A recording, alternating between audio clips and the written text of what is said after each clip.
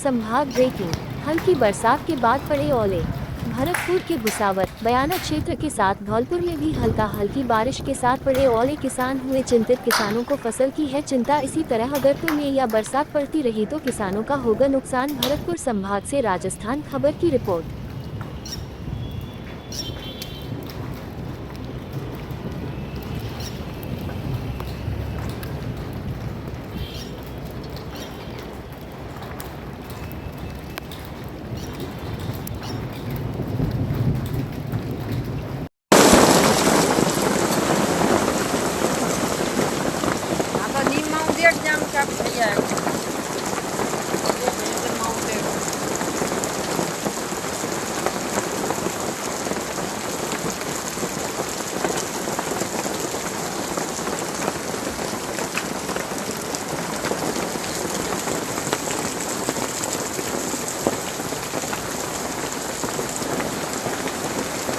Abi.